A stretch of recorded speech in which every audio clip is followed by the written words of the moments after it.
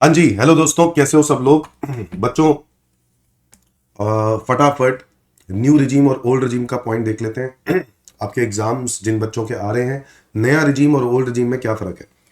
Section 115 BAC हम बात कर रहे हैं। अगर अच्छा, पहली बात तो ये है, देखो बाय डिफॉल्ट तो 115 बीएसी लगता है, और 115 बीएसी अगर आप लगाते हो तो नए रिजीम के अंदर क्या क्या हमें एग्जेम्पशंस नहीं मिलती हैं, मैं चैप्टर बाय चैप्टर बता रहा हूं। इधर देखेंगे सारे बच्चे, ये पीडीएफ मैं आपको ग्रुप पे, टेलीग्राम ग्रुप पे शेयर कर दूंगा, जिसमें एक तो कंसेशनल टैक्स रेट आपको पता है। टैक्स रेजीम के अंदर, नए टैक्स रेजीम में टैक्स के रेट क्या है। 3 लाख तक 0, 3 से लेकर 6 लाख पे 5%, 6 से 9 पर 10, 9 से 12 पे 15, 12 से 15 पे 20 और अब 15 पे 30। किस किस पे लगता है, इंडिविजुअल, एचयूएफ, एओपी, बीओआई और एजेपी। सरचार्ज के रेट 10 वाला है, 50 लाख से ज्यादा हुआ तो 10%, 1 करोड़ से ज्यादा हुआ तो 15%, 2 करोड़ से ज्यादा हुआ तो 25%, 37% नहीं होता नए रिजीम में। रिबेट 7 लाख रुपए तक, 7 लाख रुपए तक 12,500 रुपए की, सॉरी 25,000 रुपए की रिबेट है। 7 लाख रुपए तक की इनकम पे 25,000 रुपए की रिबेट है। मार्जिनल रिलीफ वैसे ही मिलता है जैसे मिलता है, बस यहां पर 7 लाख रुपए तक की इनकम पे 25,000 रुपए की टैक्स में रिबेट है। नाउ, क्या क्या एग्जामेशन नहीं मिलेगी। अगर मैं सैलरी चैप्टर की बात करूं बच्चों, तो सैलरी चैप्टर में एलटीसी नहीं मिलेगा, एचआरए हाउस रेंट अलाउंस की एग्जामेशन नहीं मिलेगी। अच्छा, नोटिफाइड अलाउंसेस की एग्जामेशन नहीं मिलेगी। ट्रेवलिंग मिल जाएगी, डेली मिल जाएगा, ट्रांसपोर्ट अलाउंस मिल जाएगा फॉर हैंडीकैप लोगों के लिए जो होता था, बाकी एग्जामेशंस नहीं मिलेंगी। Is that clear. मतलब जो भी आप एग्जामेशंस के बाद अलावा पढ़ते हो, चाहे वो चिल्ड्रन एजुकेशन हो, हॉस्टल एक्सपेंडिचर हो, बाकी सारे अलाउंसेस क्या रहेंगे, टैक्सेबल रहेंगे। Is that clear. Daily allowance की अगर हम बात करें, सेक्शन, ये तो सैलरी में नहीं है, मैं सैलरी की बात कर रहा हूं। तो सैलरी के अंदर हम अगर बात करें, और एक बात कर सकते हैं परक्विजिट्स। बच्चों, सेक्शन नंबर 17 टू परक्विजिट्स। ये जो परक्विजिट्स है ना, परक्विजिट्स है ना, ये जो परक्विजिट्स हैं, अगर वो कोई भी परक्विजिट्स में तो कुछ भी नहीं है, परक्विजिट्स में सारी एग्जामेशन मिल जाती है। बस एक, हाँ, एक सेक्शन नंबर 17(1) जो कि है स्टैंडर्ड डिडक्शन, ये भी अलाउ हो जाती है। सॉरी, ये भी अलाउ हो जाती है। क्या अलाउ नहीं होती हमने वो लिख रहे हैं ना, सेक्शन 16(2) एंटरटेनमेंट अलाउंस, और सेक्शन 16(3) प्रोफेशनल टैक्स। बस ये आपको ध्यान देने हैं। एलटीसी नहीं मिलेगा, एचआरए की एग्जामेशन नहीं मिलेगी, नोटिफाइड अलाउंसेस में से किसी की भी नहीं मिलेगी, सिर्फ इनकी मिल जाएगी। एंटरटेनमेंट अलाउंस की अगर कोई डिडक्शन है तो वो नहीं मिलेगी। प्रोफेशनल टैक्स की डिडक्शन आपको अलाउ नहीं होती। क्या ये बात क्लियर है? क्या ये बात क्लियर है बच्चों? मैं ऑलरेडी इसको सैलरी की रिवीजन में भी करा चुका हूं। मैंने बच्चों के साथ सैलरी की रिवीजन कराई थी, और उसका पीडीएफ भी मैंने शेयर किया था, चेक करें।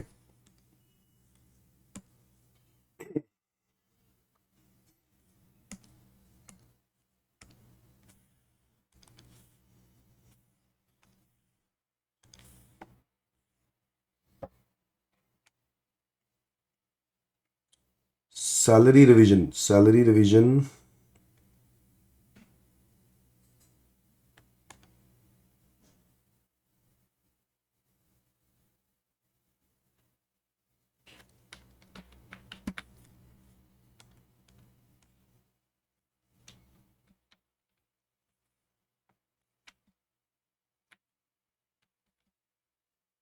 ये रहा।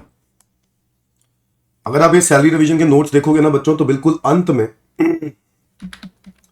मैंने इसमें भी न्यू रिजीम के बारे में लिखा हुआ है, ध्यान से देखो। Section 10(5) LTC, 10(13) HRA, notified allowances, travelling, daily, conveyance, conveyance भी है, सॉरी कन्वेंस नहीं लिखा, यहां मैं लिख देता हूं कन्वेंस।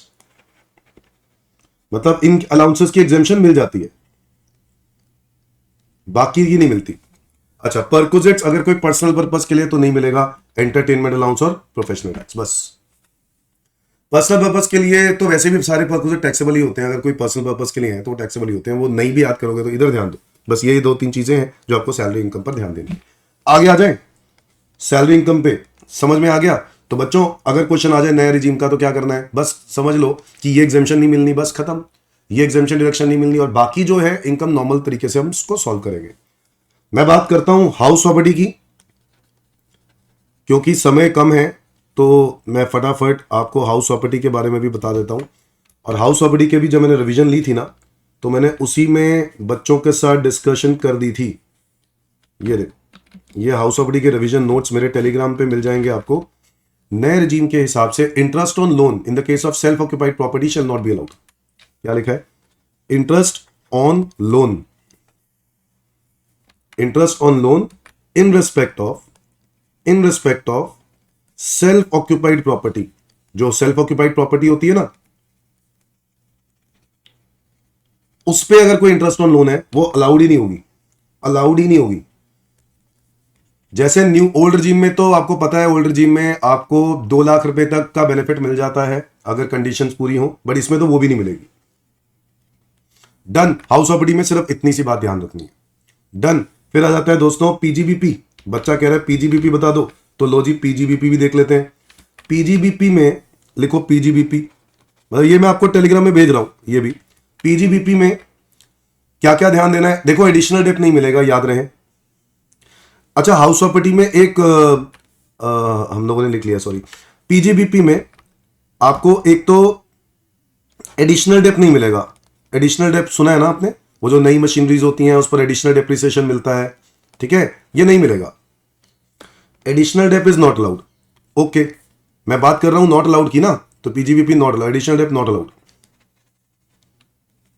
ओके सर, और क्या अलाउड नहीं है? अच्छा, डिडक्शन जो साइंटिफिक रिसर्च का नहीं होता, साइंटिफिक रिसर्च, जो साइंटिफिक रिसर्च में आप लोग पढ़ते हो, क्या डोनेशंस वाला पॉइंट, डोनेशंस वाला देखो लिखा है notified approved research association, university, college, है ना, तो इनको जो डोनेट करते हो, डोनेशंस वाला, साइंटिफिक रिसर्च में सारा नहीं, सिर्फ डोनेशंस वाला नॉट अलाउड एज डिडक्शन। मतलब अगर वो जो इन हाउस रिसर्च है वो अलाउड है, अगर इन हाउस रिसर्च में आप कोई खर्चा करते हो वो अलाउड है, बट अगर आप डोनेशंस देते हो तो वो अलाउड नहीं है। डोनेशंस की डिडक्शन मिलती थी ना 100%, वो नहीं मिलेगी। Is that clear everyone? तो ये बात आपको ध्यान देनी है। इसके अलावा सेक्शन नंबर 35 AD, अगर आप पीजीबीपी की बात कर रहे हो तो स्पेसिफाइड बिजनेसेस होते थे बच्चों, याद है, इसमें 100% कैपिटल एक्सपेंडिचर की डिडक्शन मिलती थी। सेक्शन 35 AD, ये हो गया सेक्शन 35, ये हो गया 35 AD, ये नॉट अलाउड है, ये नॉट अलाउड है। Is that clear? तो आपको ये मोटे मोटे तौर पे पीजीबीपी में आपको पता होना चाहिए कि कौन कौन से खर्चों की डिडक्शन आपको नहीं मिलेगी। क्या ये बात क्लियर हो गई? क्या ये बात क्लियर हो गई? तो मुझे लगता है ये वाला टॉपिक आपको समझ में आ गया। पीजीबीपी के अंदर आपको इन बातों पे ध्यान देना है। अगला टॉपिक पे आ जाते हैं, कैपिटल गेन। बच्चों, कैपिटल गेन में कोई भी प्रकार की चेंजेस नहीं है, नो डिफरेंस।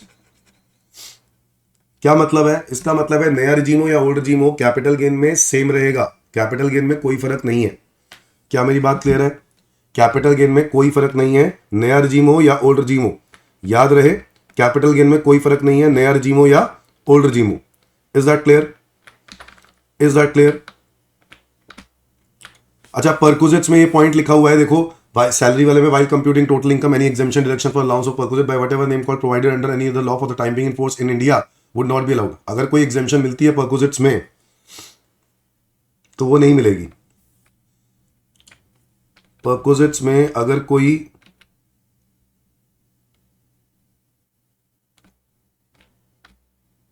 एग्जेम्पशन मिलती है तो नहीं मिलेगी। बेटा परक्विजिट्स का भी लिख लो,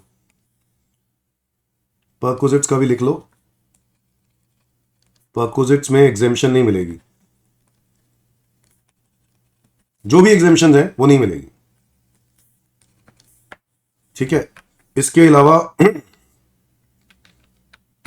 अलावा अब आ जाते हैं दोस्तों, पीजीबीपी कैपिटल गेन में कुछ है नहीं, कैपिटल गेन में कुछ है नहीं। इसके बाद आ जाते हैं अदर सोर्सेज में नहीं है, क्लबिंग नहीं, क्लबिंग पर जो पॉइंट है वो तो सेक्शन 10 क्लॉज 32 का है, लिख लेते हैं, clubbing of income. Other sources में भी कुछ नहीं है, क्लबिंग ऑफ इनकम। बच्चों क्लबिंग ऑफ इनकम में वो जो होता नहीं है, माइनर चाइल्ड की इनकम क्लब हो जाती है ना, एग्जेम्पशन अंडर सेक्शन 10 क्लॉज 32, जब माइनर की इनकम पेरेंट की इनकम में क्लब होती है तो 1500 रुपए तक की एग्जेम्पशन मिलती है ना, एग्जेम्पशन अंडर सेक्शन 10 क्लॉज 32, 1500 वाली, वो एग्जेम्पशन नहीं मिलेगी,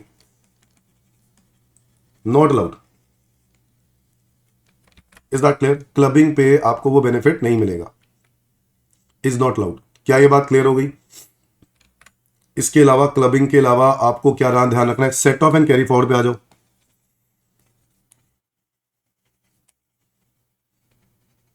set of and carry forward chapter में अगर आप नए रिजीम की बात कर रहे हैं तो नए रिजीम में ये बात यहां लिखी हुई है, while computing total income set off of any loss carry forward or depreciation for any earlier assessment year if such loss or depreciation is attributable to any deduction। इसको छोड़ दो। हाउस प्रॉपर्टी का जो लॉस है, house property का loss है with any head of income, new regime में नहीं है allowed. House property loss can not be set of with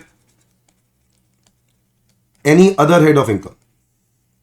आपको याद होगा न्यू रिजीम में और ओल्ड रिजीम में 2 लाख रुपए तक आप अलाउड है सेट ऑफ करना, याद है? 2 लाख रुपए तक आप दूसरे हेड के साथ सेट ऑफ कर सकते हो, जबकि अगर मैं बात कर रहा हूं किसकी, ओल्ड न्यू रिजीम की, तो न्यू रिजीम में हाउस प्रॉपर्टी का लॉस आप सेट ऑफ ही नहीं कर सकते किसी और हेड के साथ।